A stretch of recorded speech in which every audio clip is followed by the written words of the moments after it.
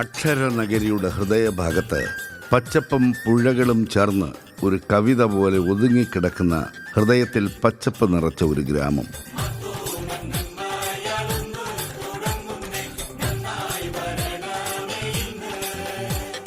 ഇളം വെയിൽ കുന്നിൻ ചെരുവുകളിലെ റബ്ബർ മരങ്ങളെ തൊട്ടുണർത്തുന്നു. കാറ്റിലാടുന്ന തെങ്ങോലകൾ ഒരു താരാട്ടുപാട്ട് പോലെ പതിഞ്ഞ ശബ്ദമുണ്ടാക്കുന്നു.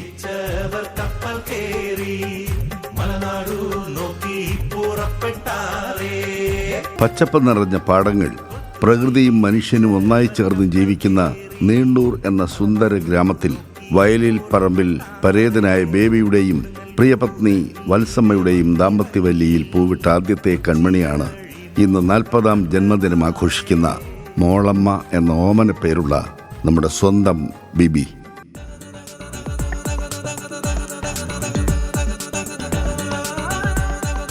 നീണ്ടൂർ പെരുന്തുരു തങ്കണവാടിയിൽ തുടങ്ങിയ വിദ്യാഭ്യാസം SKV നീണ്ടൂർ, സെന്റ് തോമസ് കല്ലറ, സെന്റ് മൈക്കിൾസ് കടുത്തുരുത്തി എന്നിവിടങ്ങളിലൂടെ കരുത്താർജിച്ച് കർണാടകയിലെ ആയിഷ സ്കൂൾ ഓഫ് നഴ്സിംഗിലെത്തി അവിടെ നിന്നും പഠനം പൂർത്തിയാക്കി കേരളത്തിന്റെ തലസ്ഥാന നഗരിയിൽ ഗോവിന്ദൻസ് ഹോസ്പിറ്റലിൽ തന്റെ ഔദ്യോഗിക ജീവിതത്തിന് തറക്കല്ലിട്ടു എന്ന് മാത്രമല്ല, ജോലിയുടെ തറക്കല്ലിനൊപ്പം തന്റെ ജീവിതത്തിന്റെ തോണി തുഴയാനുള്ള പ്രണയവും ശ്രീപത്മനാഭന്റെ മണ്ണിൽ നാം വിടുകയായിരുന്നു. അവിടെ വെച്ചാണ് ആദമിന് ഹവ്വയെ പോലെ, മുംതാസിന് ഷാജഹാനെ പോലെ സ്റ്റീഫൻ കടന്നു വരുന്നത്. തുടർന്ന് രാജ്യ തലസ്ഥാനമായ ഡൽഹിയിലേക്ക്.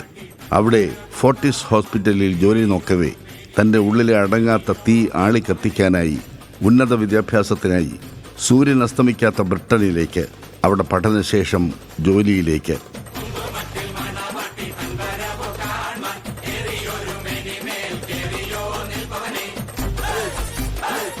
അതിനിടയിൽ 2007 നാം വിട്ട പ്രണയം മൂർധന്യത്തിലെത്തിയിരുന്നു. കാത്തു സൂക്ഷിച്ച 5 വർഷങ്ങൾക്ക് ശേഷം 2012 ബിബി തൻ്റെ സർനെയിം പരേതനായ അലക്സാണ്ടറിൻ്റെയും ലീലാമ്മയുടെയും ഇളയ മകൻ സ്റ്റീഫനിലേക്ക് തിരുത്തി എഴുതി. ആ തിരുത്തലിൽ 3 പുതിയ പേരുകൾ സൃഷ്ടിക്കപ്പെടുകയായിരുന്നു.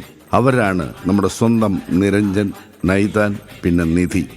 അവരെങ്ങനെ അനുസ്യൂതം യാത്ര തുടരുകയാണ്.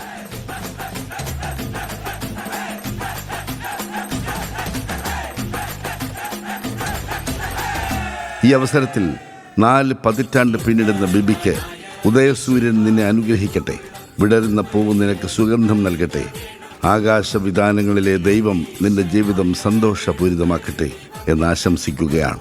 ഒപ്പം ഇലവുങ്കൽ ഫാമിലിയുടെയും വയലിൽ പറമ്പിൽ ഫാമിലിയുടെയും സുഹൃത്തുക്കളുടെയും സീമാതീതമായ സ്നേഹവും നന്മകളും നേരുന്നു.